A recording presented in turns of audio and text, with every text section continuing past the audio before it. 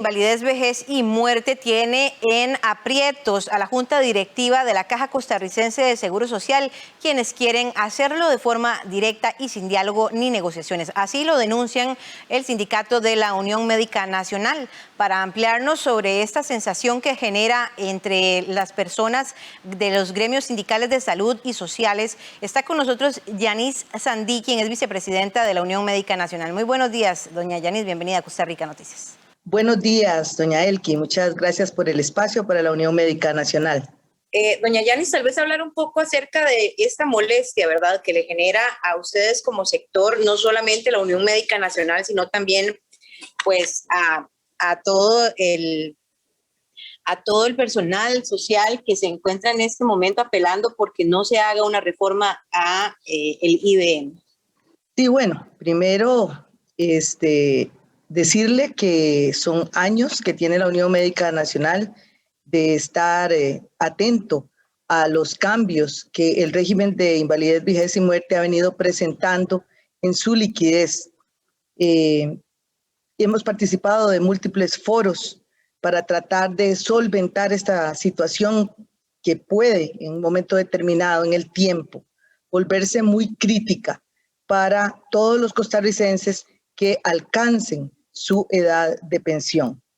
Así es que esto no afecta solamente a los trabajadores del sector público, sino que afecta también a los del sector privado. En realidad nos afecta a todos los costarricenses porque el régimen de invalidez, vejez y muerte de la Caja es el principal sostén, pilar del sistema de pensiones de Costa Rica. Así es que hemos participado, hemos aportado ideas para tratar de refrescar el sistema, para tratar de conseguir que el sistema tenga una mayor liquidez, y también hemos levantado la voz solicitando estudios y análisis para ver de dónde viene el problema, porque creemos que ha habido un manejo no transparente del IBM en los últimos 20 años y queremos saber cómo se han manejado los dineros de todos nosotros los costarricenses. Doña Yanis, precisamente sobre esta situación que usted hace énfasis, bueno, la Junta Directiva de la Caja es quien tiene que pues valorar y hablar sobre este tema de la reforma. Sin embargo, creo que ha sido una amenaza social durante muchísimo tiempo. Creo que por muchas décadas los costarricenses aportamos cierta cantidad que es bastante importante también para nuestra pensión, una pensión que trabajadores como nosotros, de la edad de nosotros, vemos esa posibilidad de recibir ese derecho y esa obligación de la Caja con nosotros después del aporte y el ahorro que realizamos todos los meses, lo vemos cada vez más peligroso y menos posible. Realmente sí se requiere una reforma al IBM, sí se necesita que haya un financiamiento sólido, una economía estable que nos asegure también el futuro a las personas que vamos camino a pensionarnos en algunas décadas. No es lo que se está viendo en este momento, es lo que ustedes también piden, pero no es lo que se está haciendo. Correcto. Uno de los principales pilares del Estado Social de Derecho es un sistema de pensiones sano y fuerte. Y en este momento Costa Rica enfrenta en los siguientes 20 años un probable desfinanciamiento del IBM. Ya están tocando fondos de reserva para pagar pensiones, según se nos ha explicado. Nosotros estamos claros en que producto de un gran diálogo nacional, y que todos hablemos y nos pongamos de acuerdo, logremos una reforma al IBM que sea sostenida en el tiempo. Ese no es el punto de discusión. Desde Unión Médica Nacional, desde el Frente Sindical y desde los actores sociales más importantes de Costa Rica, estamos de acuerdo con eso, definitivamente. Eso, aquí tenemos que arreglar las cosas al estilo costarricense, o sea, hablando y dialogando.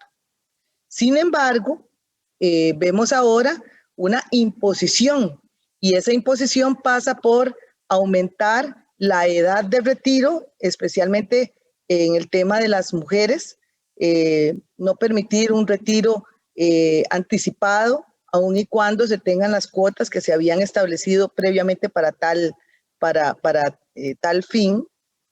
Tampoco impedir que hombres que han trabajado durante muchísimos años y que tengan una cantidad de cuotas mayor a la establecida, porque comenzaron a trabajar muy jóvenes, puedan acceder a una pensión que se llama pensiones anticipadas, pero que tienen el número de cuotas completo, porque esas personas comenzaron a trabajar desde muy jóvenes, aportaron al sistema desde muy jóvenes.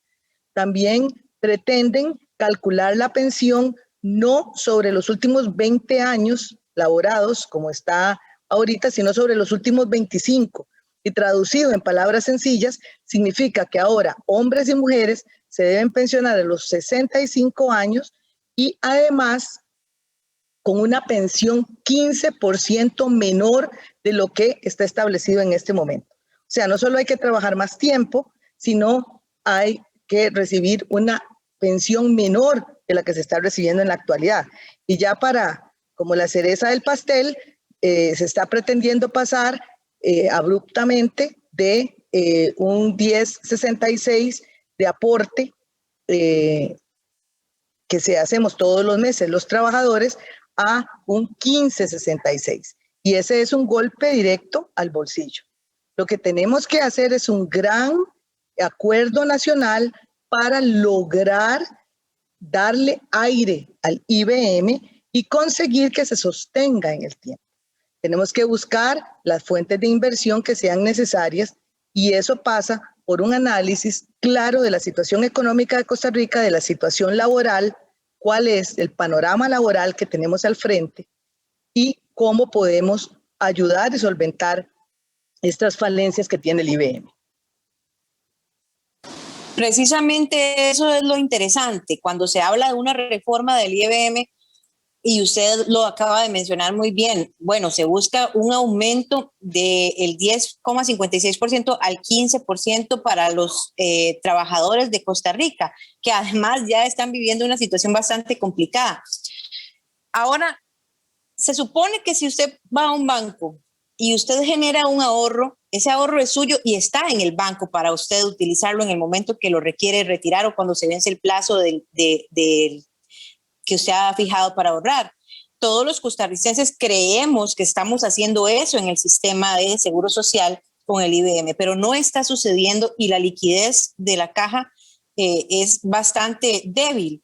Ustedes hablan incluso también de la gran deuda que tiene el gobierno de Costa Rica con la caja. ¿Cómo puede una entidad que administra el dinero de los costarricenses estar en la situación económica en la que está cuando no ha dejado de percibir mucho de ese ingreso? Pues el desempleo pues viene a aportar, pero es proporcional, pensaría uno, ¿verdad? Que si un asegurado me está dando dinero, estoy asegurando a esa persona, no a los otros que no están asegurados y que no me están dando dinero. ¿Dónde es que realmente hay que revisar las llaves de salida y entrada de dinero en esta reforma y si es realmente en la entrada de los costarricenses? Exactamente, doña Elki, ahí ha dado usted en el clavo en uno de los puntos principales. ¿Por qué llegamos a esta situación? ¿Cuál es la causa de este problema? No una, esto es multifactorial. Y yo creo que como nación, como Estado, tenemos que hacer una reflexión de qué fue lo que sucedió y por qué el fondo se encuentra en esta situación. Porque un fondo de pensiones no consiste solo en que yo pongo el dinero ahí.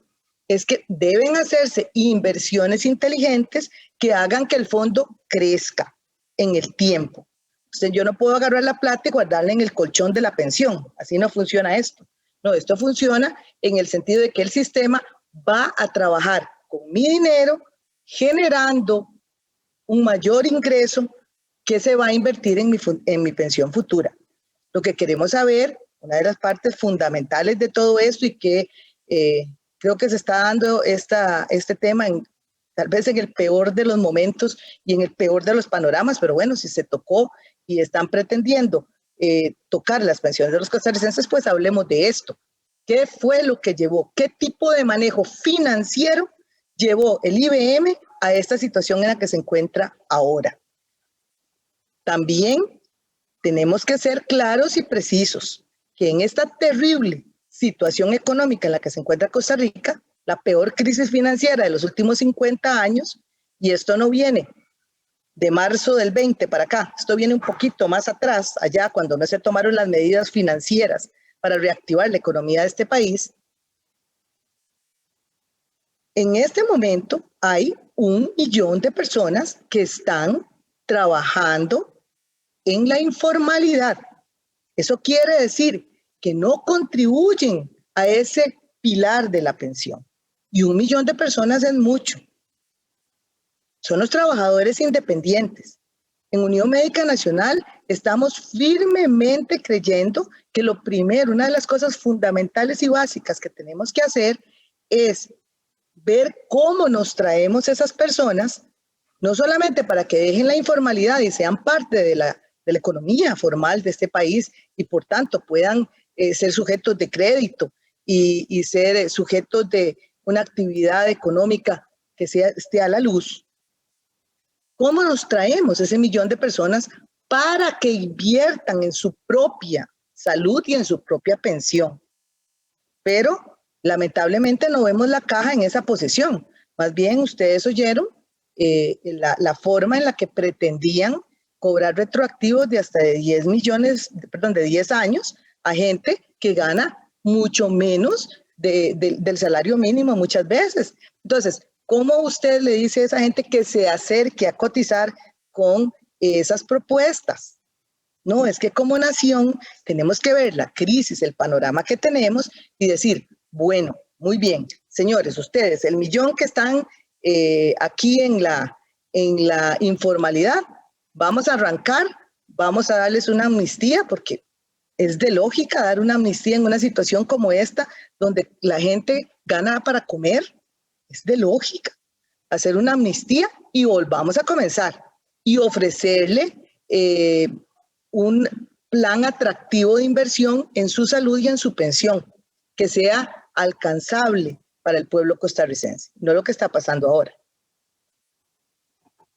Por último, doña Yanis, tal vez hablar un poquito brevemente, porque ya se nos acaba el tiempo también, sobre esas posibilidades del diálogo. Ha existido una apertura de parte de las autoridades y de la Junta Directiva de la Caja de poder dialogar y definir algo más consensuado y no tan impuesto.